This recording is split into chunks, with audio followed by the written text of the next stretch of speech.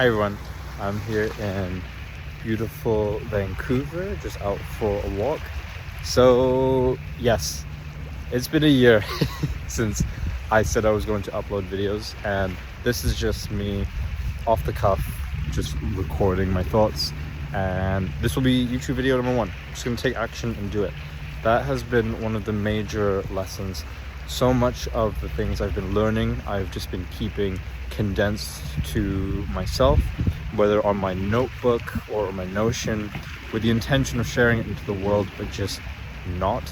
And that's really been eating me up inside, because it's one thing to consume content and learning, but it needs to be outputted and shared with the world. And a lot of my learning has been observing the passions of people whom have only started a couple of years ago, around the time when I honestly was on this path. But the major difference is they took action, they posted, they took imperfect action, messy progress, and yeah, they are, they built up their audience of people who want to listen to what they say.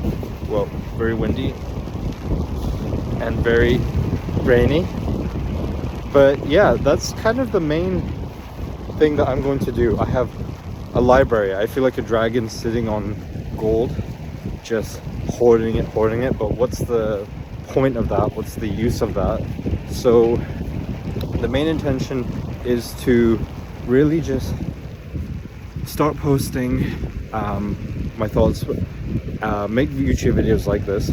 The also key thing is my focus now on building community, both online and offline. So a year ago I moved here to Vancouver, just under a year ago, with the intention of building community and taking action. I wanted to change. I felt like I was stagnating.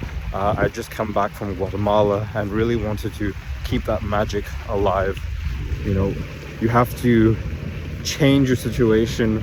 You have to do something uncomfortable to basically prod the universe into changing your situation. So that's was my intention for coming here. And alhamdulillah, I spent last year just building, really putting the roots down.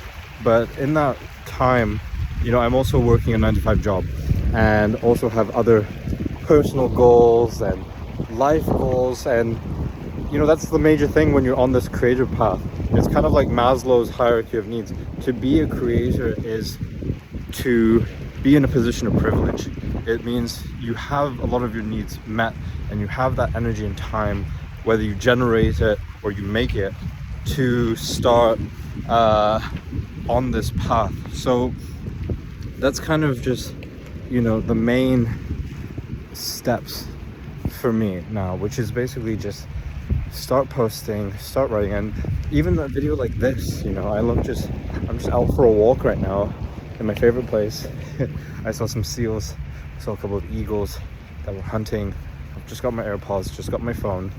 I'm building my community right now. It's called Champions of Change, and it's just around how we are all empowered. A champion, in medieval times, or in medieval times, ancient times, is the strongest warrior, and someone who can represent all that is good. They have their banners and their legions.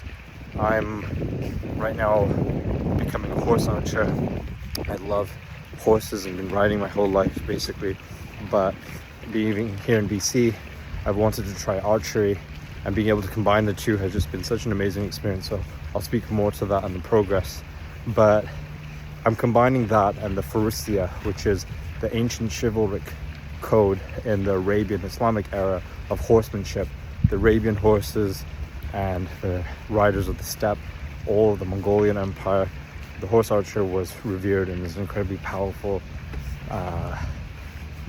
weapon, really. And just the whole ethos of them is something that I resonate deeply with. So it's combining that with elements of community, both online and offline. Online using school and empowering others. So I've been a coach, and I love just through the self-awareness and knowledge of helping people showcase their own selves and their own hidden talents. So the key thing here is helping people unlock and knowing themselves deeply. And when you know yourself deeply, you're able to really just dive into your strengths and start actioning that. So what I'm doing is I'm building a community that just, through all the things that I've learned personally, how to know yourself deeper, how to understand where your personal strengths come from, and really tap into that. So much of the things we learn or the things we hear in the space is follow your passion or you are the niche, and that is so true, but I think there's a big gap in understanding how that happens. I just think back to when I was a child, or how basically the main intention is making the unconscious conscious, and we can do that in many different ways. We can either put ourselves in situations that teach us that, but then we have to be aware and journal them down and reflect on that, which some do, but even for me, I write things in my journal, but I don't always reflect on them. But there are other ways, like testing it. There are psychometric tests. There are ways that we can help characterize and put almost like bowling ball guardrails that we can then think about. So for example, my Myers-Briggs personality test, which was developed by Carl Jung, and again, these are not set in stone.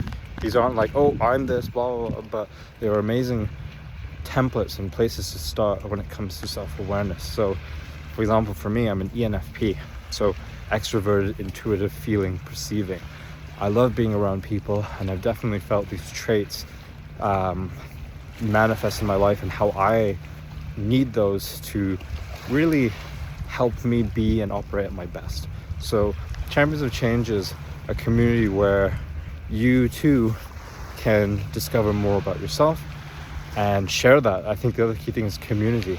In a world of AI and disconnect, when I was doing my ecotherapy course, community was a big element. And even here, moving to Vancouver, the brand or the culture, I guess, that people warned me about was how community here can be kind of hard to come by. People are a bit more hard to connect with, which I don't agree with. I think it's up to us. We are the culture. It reminds me of a concept in nature called emergence. We think about bees, ants, wasps. How do simple organisms create mega organisms and superorganisms? It's through this concept of bottom-up intelligence, which is every individual making their own unique decisions feeds upwards into a higher intelligence. So that's the concept. We can each be those little nodes, those little beacons, and make change. Like we are the change. Or as MJ says, we are the world. So yeah, I think it's February 27th today, or is it the 28th? It's also a leap year 2024.